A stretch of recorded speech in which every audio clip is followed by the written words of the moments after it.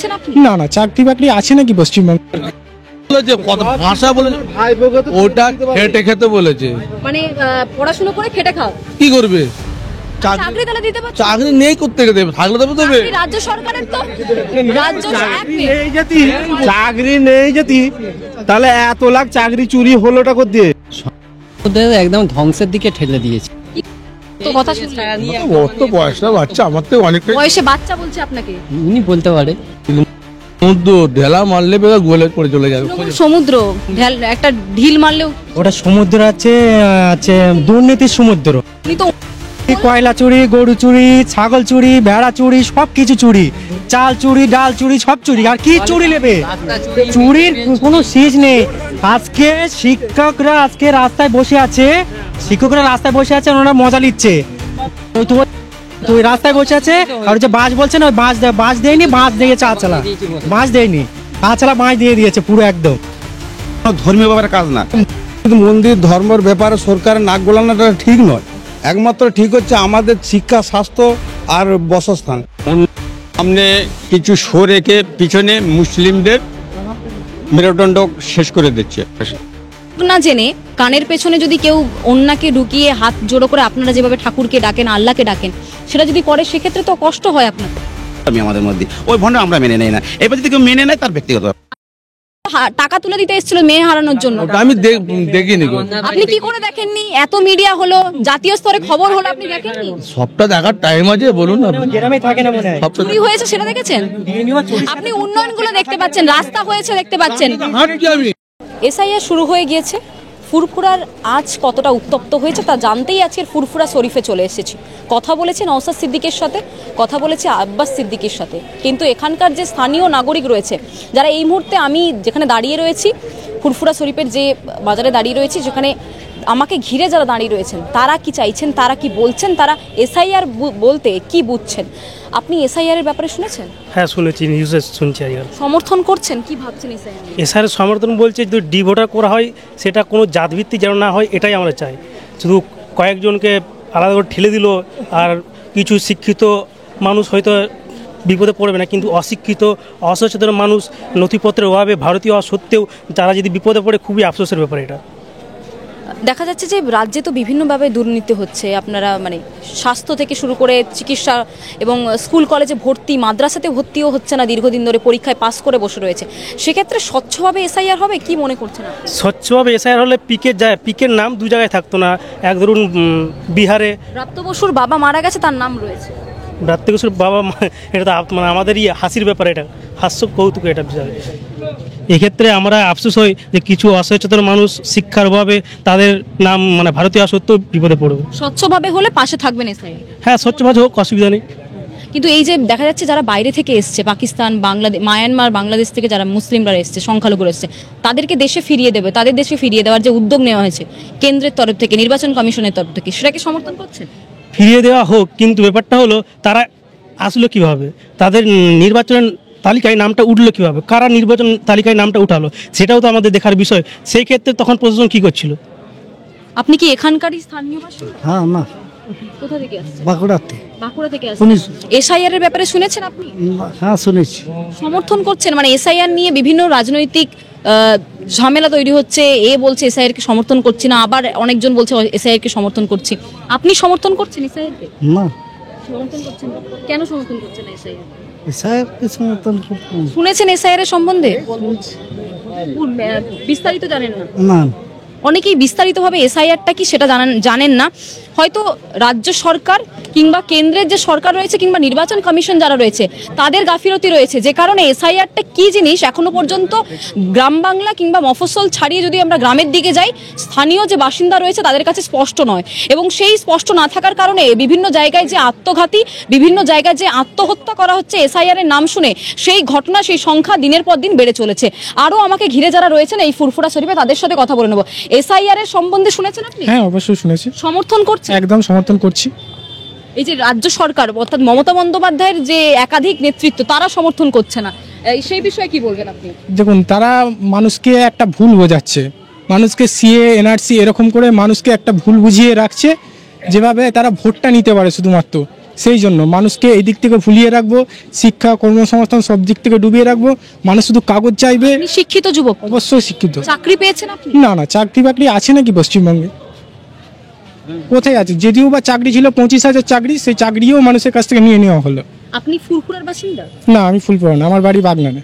বাগনান থেকে আপনি হ্যাঁ, এসেছেন। এসেছি। বাগনানে কি অবস্থা রয়েছে ওখানকার? আপনাদের তৃণমূল কিংবা বিজেপি যারা ক্ষমতায় রয়েছে তারা কতটা আপনাদেরকে দেখছেন? ওই দেখছে যেমন আছে, অবস্থা খুবই খারাপই বলবো। ঠিক আছে, তারা তাদেরটা রাজনীতিটাই করার চেষ্টা করছে, খালি সাধারণ মানুষ যে কিভাবে থাকবে, তাদের পাশে কিভাবে থাকবে সেরকমভাবে তো নেই মানুষ। আপনার ভোট যদি 26-এ ভোট রয়েছে, আপনার সমর্থন কোথায় থাকবে, কোন দিকে থাকবে? আমার সমর্থন থাকবে খেটে খাওয়া মানুষদের পাশে, যারা থাকবে তাদের পাশে থাকবে। আইএসএফ তো খেটে খাওয়া মানুষদের পাশে দাঁড়ায়। নিশ্চয়ই, যদি আইএসএফ যদি সেভাবে মানুষের পাশে থাকে, নিশ্চয়ই আইএসএফ এর পাশেই থাকবে। যে ধরুন এই যে এসআইআর হচ্ছে, সেই এসআইআর নিয়ে অনেকে দেখা যাচ্ছে যে ভয়ে আতঙ্কে আত্মহত্যা করে ফেলছে। একজনের হাত নেই, সে নাকি সুসাইড নোট লিখে আত্মহত্যা করেছেন। অভিষেক বন্দ্যোপাধ্যায় তার বাড়িও গিয়েছেন, শুনেছেন নিশ্চয়ই। আপনি বিশ্বাস করছেন একটা মানুষের 4টে আঙ্গুল নেই, সে আত্মহত্যা করতে পারে? সেটা আমি ঠিক জানি না, এটা তদন্তের বিষয়। ঠিক আছে, সেটা এত দূর থেকে আমি বলতে পারবো না যে কি বিষয়টা হয়েছে। কিন্তু যে রোহিঙ্গারা এসছে মায়ানমার থেকে, তাদেরকে কি এই যে ফিরিয়ে দেওয়ার উদ্যোগটা, সেটাকে সমর্থন করছেন? মানে ভারতীয় মুসলিমদেরকে রেখে বাকি যারা বাইরে থেকে এসছে তাদেরকে ফিরিয়ে দেওয়া হবে। আমি শুধু একটাই কথা বলবো এখানে, যে শুধু মুসলিমদের জন্যই কেন একটা অবিচার? তাদেরকে সিএএ করে তাদেরকে পরবর্তীকালে তাদেরকে ভোটার করে দেওয়া যাবে, কিন্তু যে মুসলিমটা এসেছে সেও যদি কোনো কারণে এসেছে, তাহলে তার জন্য কি হবে? তার জন্য কি কোনো সমস্যা থাকবে? সে কি আর ভোটার হতে পারবে না?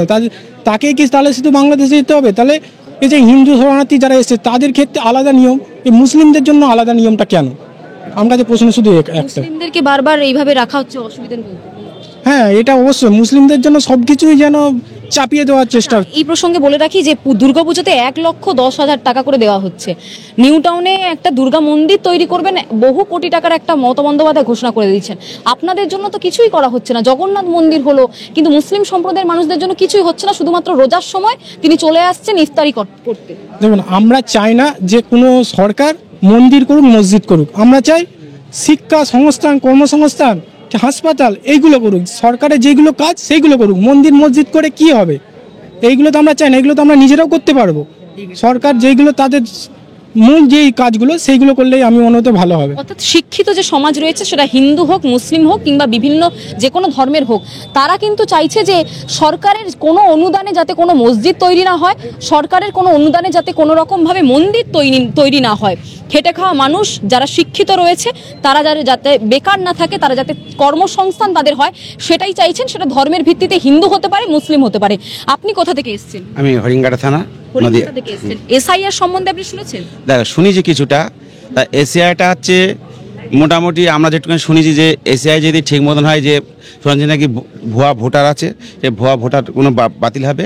আর যদি কোনো মানে বাইরে কোনো বিদেশের লোক আসে, ওদের বাদ হবে। তো এইবার দেখা যাচ্ছে সেই দেশের লোক যদি মুসলিম হয় তাদের নাম বাদ হবে, এটা বলা হয় না।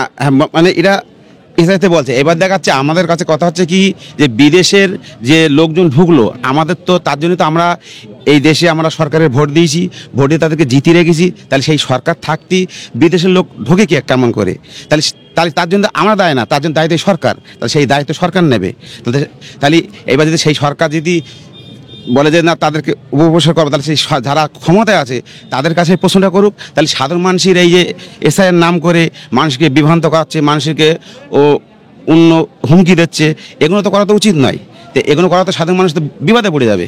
যদি স্বচ্ছভাবে এসআইআর হয়, সমর্থন করবে? হ্যাঁ, সমর্থন করবো আমরা, যদি স্বচ্ছভাবে যারা সত্যিকারের না করি। এই যে রাজ্য সরকার বারবার বলেছে সমর্থন করবেন না এসআইআর, একটা ভয় তৈরি করে, মানে এসআইআরটাকে এনআরসি করে দিচ্ছেন। ইনি বলেছে করবো না, আবার দেখো ইনি দেখো 90,000 কর্মী, ইনি আবার এই এসআই করার জন্য উনি অনুমতি দিয়েছে। তা উনি, হ্যাঁ উনি বলেছে, উনি একমুখী বলছে যে আমরা যে এর বিরুদ্ধে, আবার ইনি বলছে যে ইনি আবার তলা দিয়ে ইনি আবার এসআই করার জন্য সমর্থন করছে। সংখ্যালঘু সম্প্রদায় আপনাকে দেখে শিক্ষিত এবং সমাজে একটা উচ্চ ব্যক্তি বলে মনে হচ্ছে। আমার একটা প্রশ্ন থাকবে আপনার কাছে।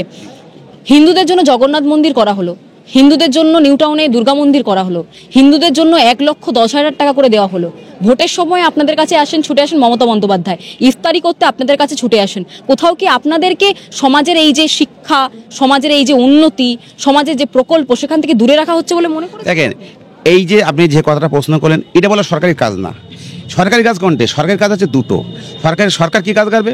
জনগণ তাদেরকে ভোট দিয়েছে দেশের কাজের জন্য, এবং তারা দেশ রক্ষা করবে এবং দেশের মানুষের যে সংবিধান অনুযায়ী যে তোমার করণীয় যে কাজটা সেটা সাহায্য করবে। এছাড়া সরকারের কোনো ধর্মীয় ব্যাপারে কাজ না। এখন যদি বর্তমানে সরকার যদি ধর্ম নিয়ে পড়ে থাকে, ওটা সরকারের কাছে প্রশ্ন করতে হবে। আচ্ছা, আপনি আমার থেকে অনেকটা বড় হন, আমার একটা প্রশ্ন রাখতে ইচ্ছে হচ্ছে। আমি হিন্দু সম্প্রদায় থেকে আসছি, আমি আপনাদের ধর্মকে খুব সম্মান করি এবং যে কারণের জন্য আমি মসজিদের ভেতরে যাচ্ছি না, বাইরে থেকে আপনাদের সাথে কথা বলছি।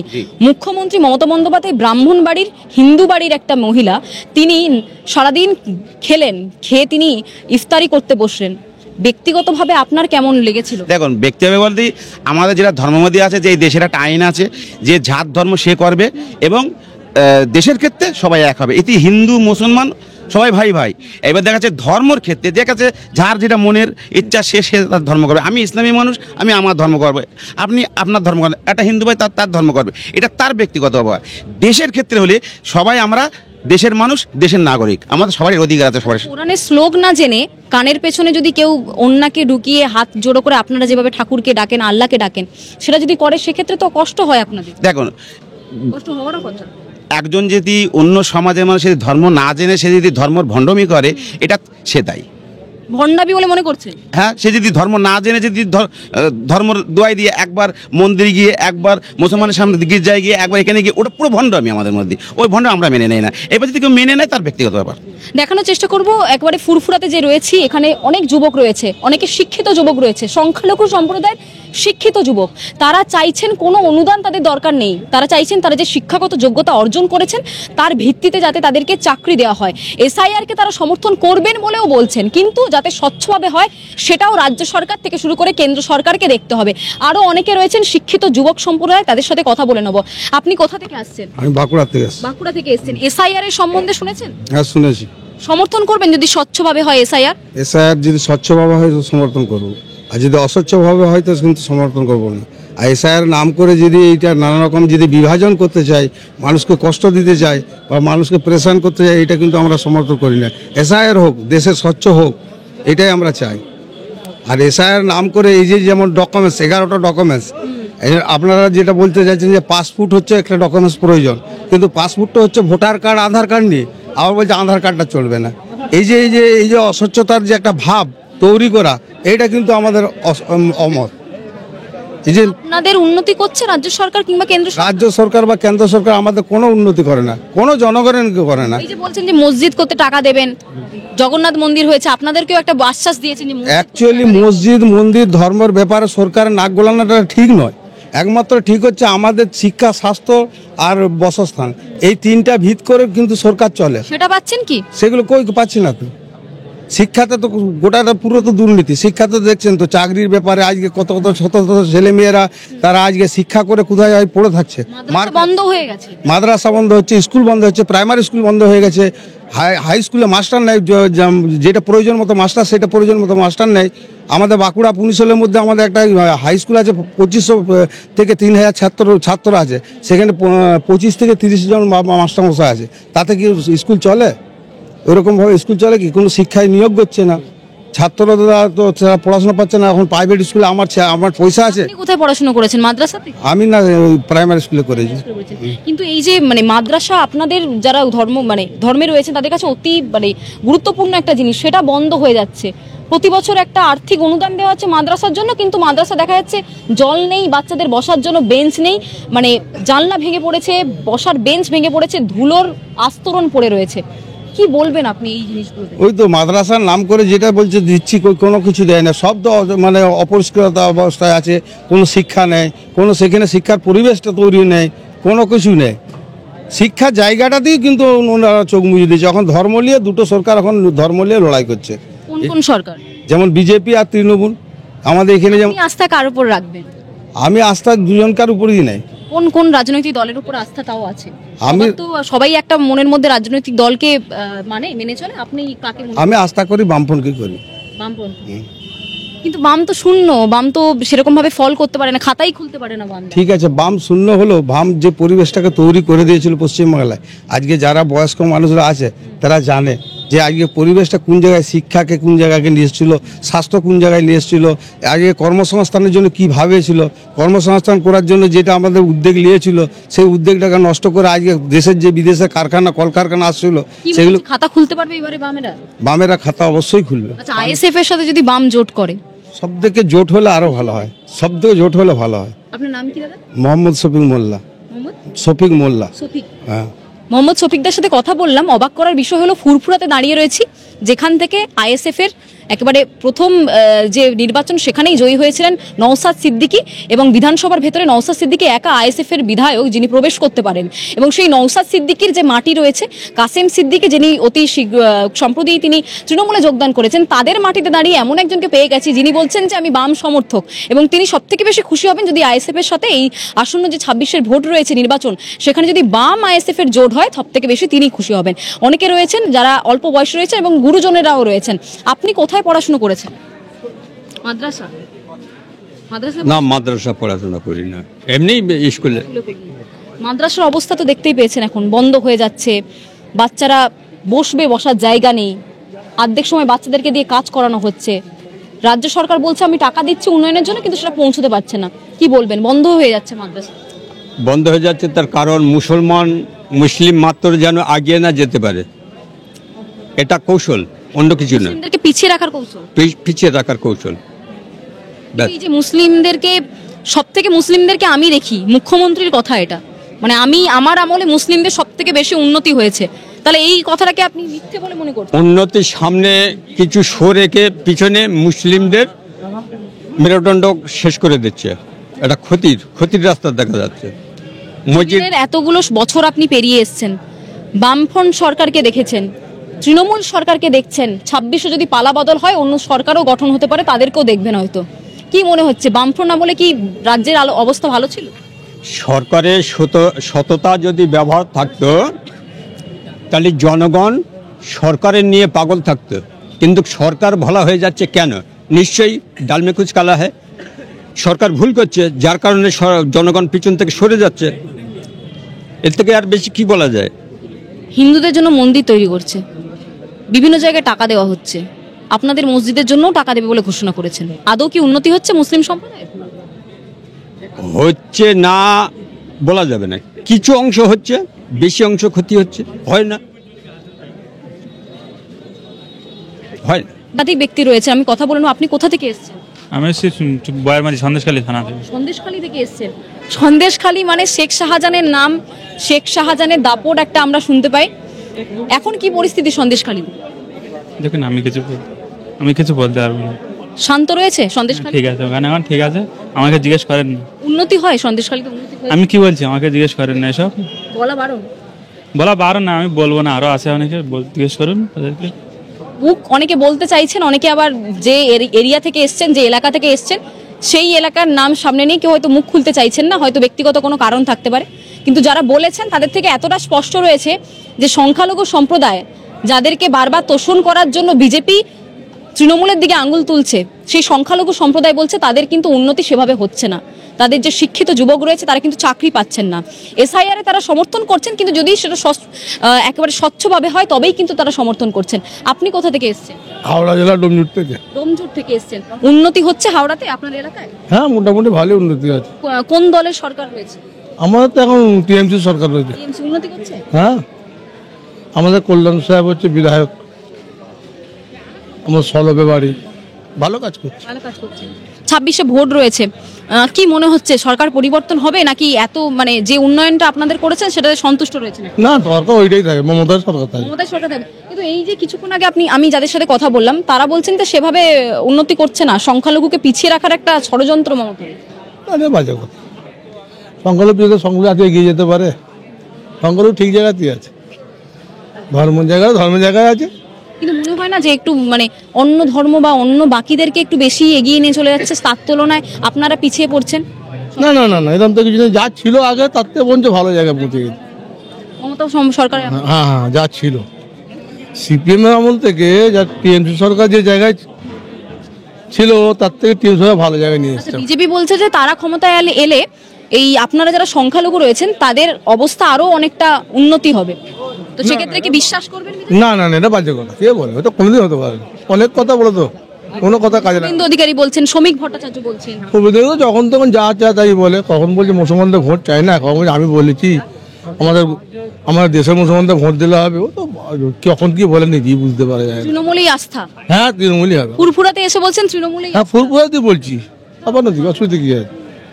ফুরফুরাতে আপনি কোথা থেকে এসেছেন? আমি আমতা থেকে এসেছি। আমতা। সংখ্যালঘু সম্প্রদায় এখন সমাজে কোথায় দাঁড়িয়ে রয়েছে? তারা কি পিছিয়ে পড়ছে নাকি তাদের উন্নতি হয়েছে 2011-র পর? সংখ্যালঘুদের একদম ধ্বংসের দিকে ঠেলে দিয়েছে 2011 থেকে। হ্যাঁ, দাদা, একদম। এই যে বলছে, আপনি বললেন যে সংখ্যালঘুরা বামফ্রন্টের আমল থেকে অনেকটা বেশি উন্নতি হয়েছে তাদের, কিন্তু আপনার পাশে যিনি দাঁড়িয়েছেন, যে ব্যক্তি দাঁড়িয়েছেন, তিনি বলছেন যে একদম পিছিয়ে পড়ছে। আর সংখ্যালঘুরা মানে তাদের ওয়াকা বাঁচাবার জন্য সবকিছু এইসব নিয়ে মানে ব্যতিব্যস্ত, উন্নয়ন তো দূরের কথা, এইসব নিয়ে এখন ব্যতিব্যস্ত হয়ে মানে নিজেরা টেনশনে নিজেরা করে দিচ্ছে। কি বলবেন এনার তো কথা শুনলে? ওর তো বয়সটা বাচ্চা, আমার তো অনেকটাই বয়সে বাচ্চা বলছে আপনাকে? উনি বলতে পারে অনেকটাই তরুণ প্রজন্ম, বয়সে বাচ্চা বলছেন কিন্তু তরুণ প্রজন্ম বলে কি হবে? সমাজটাকে কাছ থেকে দেখে। ও অনেক কিছু দেখেনি, আমি যেটা দেখেছি ও দেখেনি। কি দেখেননি আপনি? দেখেননি বলে আজকে শেষ হয়ে গেছে। উনি দেখেননি বলে আজকে শেষ হয়ে গেছে। কি বলবেন আপনি? আপনারা বয়সে বাচ্চা, আপনারা দেখেননি সেভাবে। তৃণমূলের আমলে বেশি উন্নতি হয়েছে। তৃণমূলে উন্নতি হয়নি, আর ধ্বংস করে দিয়েছে, পুরো শেষ করে দিয়েছে। আমাদের যেরকম ভাঙড় থানা পুরো একদম পুরো শেষ করে দিয়েছে। এখন দেখো টিএমসি মারপিট হচ্ছে। আরাবুল, কাইজার, শওকাত এবং আছে এখন নতুন করে যেটা জয়েন দিয়েছে, পুরো ধ্বংসের বেলা জাহাঙ্গীর পুরো শেষ করে দিয়েছে ভাঙড়টাকে। নিজেরা তো যা করেছে, মারপিট, দাঙ্গা, হাজারাজ, একদম সবকিছু শেষ করে দিয়েছে। পঞ্চায়েত ভোটে অন্তত 3-4টে লাশ ফেলে দিয়েছে। দেখা চক্কি বাইরের থেকে দুষ্কৃতীদের এনে বোম বন্দুক।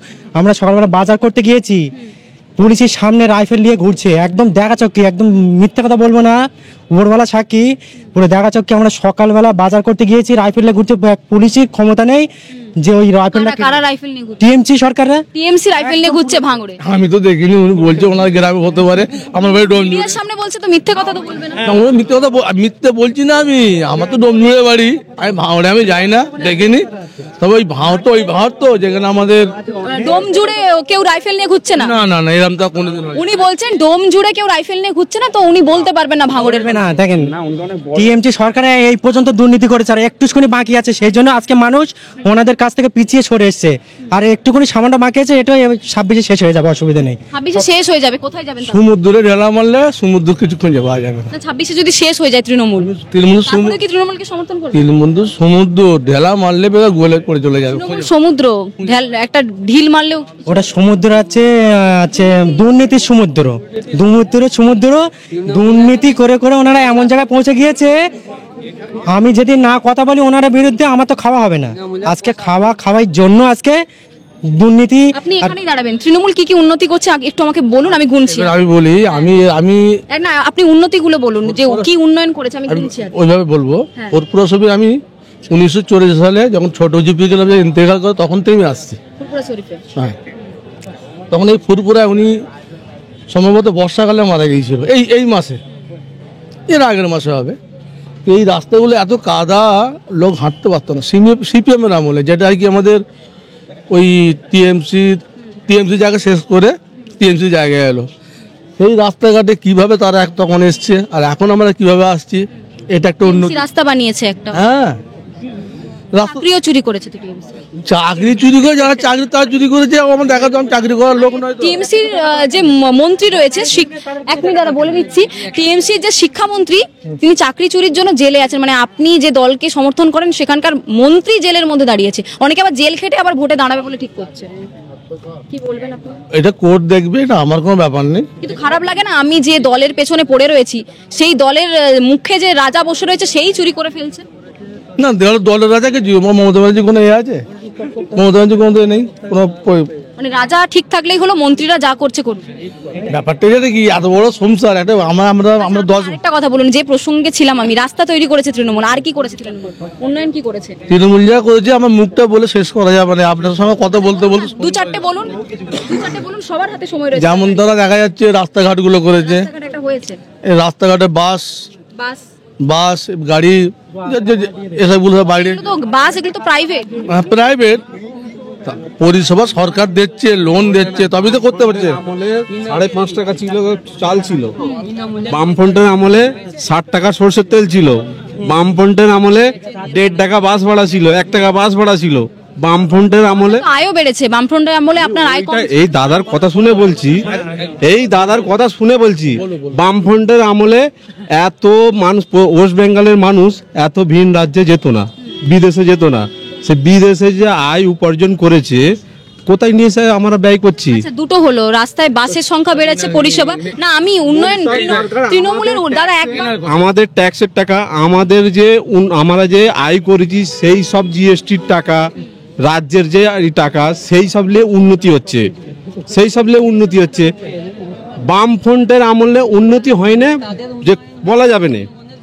এখন ঘরে পরিমাণ হিসাবে হয়েছে, এখন আবাদি এত ছিল না, এখন আবাদি হয়েছে অনেক কিছু। কিন্তু পশ্চিমবাংলায় এই 2011 একটা শিল্প হয়েছে, বামফ্রন্টের আমলে শিল্প হয়েছে।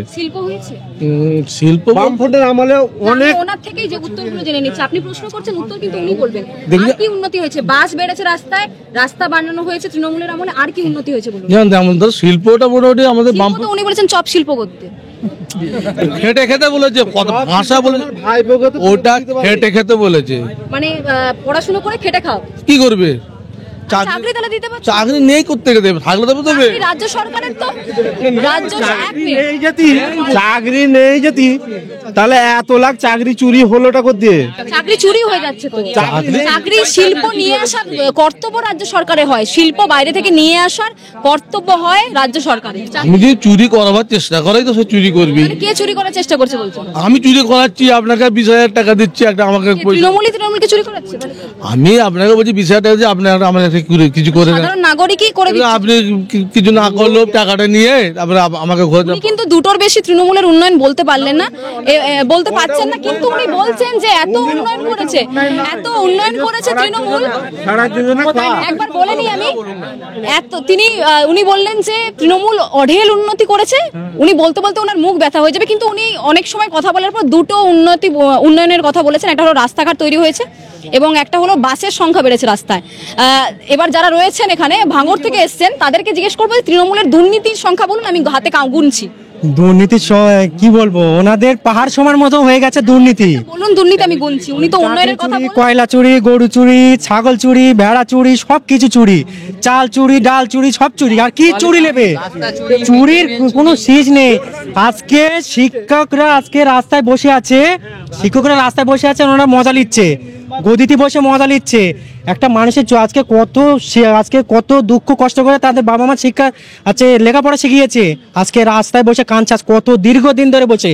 এনাদের সেসব সারগুলো আছে, এই যে উন্নয়নের রাস্তা সেখানেই বসে রয়েছে। ওই রাস্তায় বসে আছে। আর হচ্ছে বাস বলছে না, ওই বাস দেয়নি, বাস দিয়েছে আচলা, বাস দেয়নি, আচলা বাস দিয়ে দিয়েছে পুরো একদম। পুরো সব খেলা মেলায় করে পুরো খেলা মেলায় পুরো সব শেষ করে ফেলেছে। আজকে বলতেছে যে উন্নয়ন কৃষির উন্নয়ন করেছে, আমাদের দেখাতে পারবে? আজকে চালের বস্তা ছিল 600 টাকা বস্তা, আজকে সেটা হয়েছে 900 টাকা, 950 টাকা বস্তা।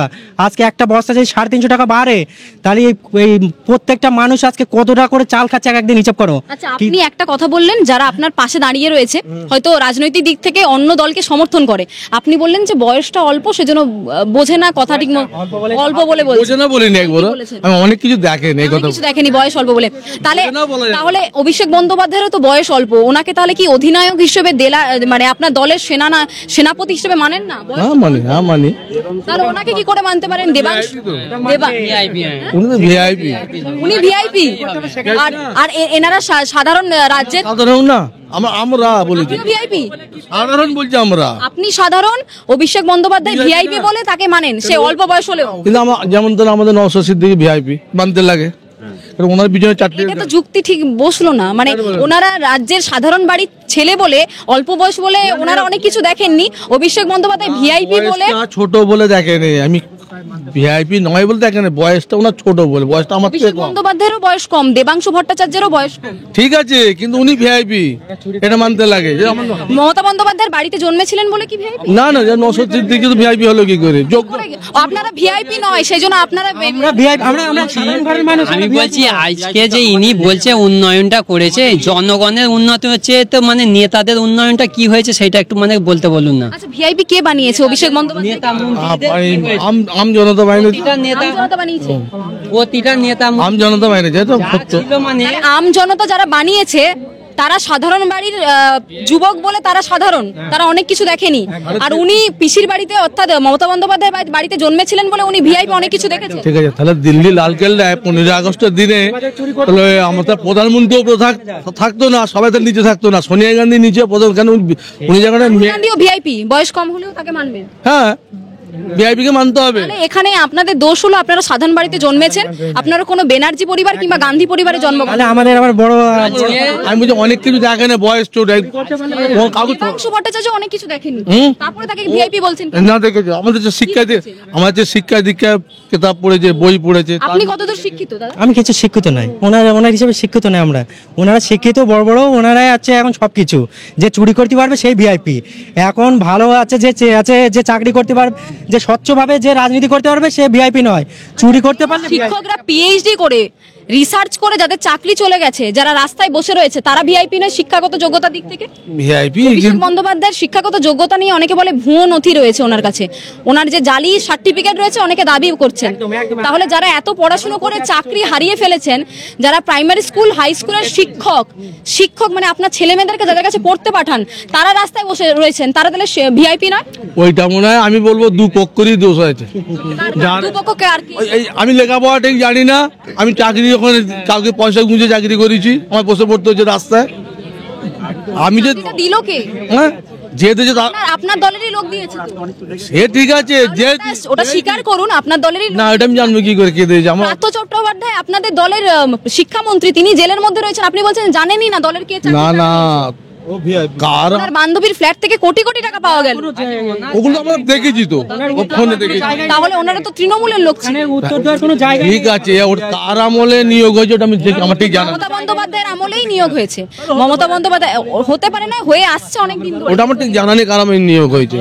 তাই ইনি একটা যে কথা, অভিষেক বন্দ্যোপাধ্যায় যাকে ভিআইপি বলছেন, তিনি কয়লা চুরি করেছেন, তার জন্য ইডি বারবার তলব করেছেন দিল্লি থেকে এসে, সেটা জানেন আপনি? ভিআইপি কে তলব করা হয়েছে? তলব করেছে, কিন্তু এখন পর্যন্ত কিছু আর করতে পারেনি। এই তো সব পেয়েছে, দিল্লি গেলেই যখনই তলব হয় তখনই দিল্লি যায়। এই ভাই একটা এটা শুনেছিলেন? এই যে ওড়িশা থেকে, একবার বলে দিচ্ছি, ওড়িশা থেকে একজন পড়তে এসেছিলেন, একজন ছাত্রী পড়তে এসেছিলেন, ডাক্তারি পড়তে এসেছিলেন, তাকে ধর্ষণ করা হয়েছিল দুর্গাপুরে। মমতা বন্দ্যোপাধ্যায় জানতেন, কিন্তু তিনি একবারও গেলেন না। যখন উত্তরবঙ্গ যখন ভেসে যাচ্ছে, 23 জনেরও বেশি মানুষ মারা গেছে, তখন তিনি কার্নিভালে, দুর্গাপুজোর কার্নিভালে তিনি নাচছিলেন।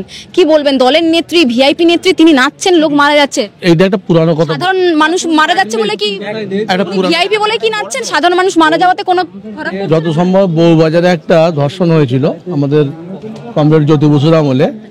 জ্যোতি বসু সাহেব, আপনারা বারবার তৃণমূলের লোকরা কম্পেয়ার কেন করেন যে বাম আমলে এই হয়েছিল, আমাদের আমলে এই? জ্যোতি বসু বলেছিল যে একটা ব্যাপার হতেই পারে, এই নিয়ে তো আপনাদের সম্প্রদায়ের রয়েছে। তামান্নার মাকে তো টাকা দিতে এসেছিল, তামান্নার পরিবারে তো টাকা তুলে দিতে এসেছিল মেয়ে হারানোর জন্য। আমি দেখিনি। আপনি কি করে দেখেননি? এত মিডিয়া হলো, জাতীয় স্তরে খবর হলো, আপনি দেখেননি? সবটা দেখার টাইম আছে, বলুন না।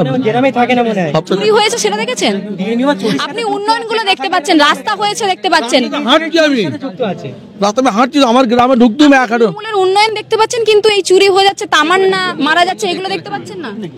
আরে এসবগুলো খবরে পেয়েছি, কে করছে না করছে দেখিনি আমি, দেখিনি। চুরি হয়েছে দেখতে পেয়েছেন? পার্থ চট্টোপাধ্যায় চুরি করেছিল, চুরি করেছে, কিন্তু বেরিয়ে বললেন বিচার, এখন তো কোর্টের কথা বললে কথা বাড়বে।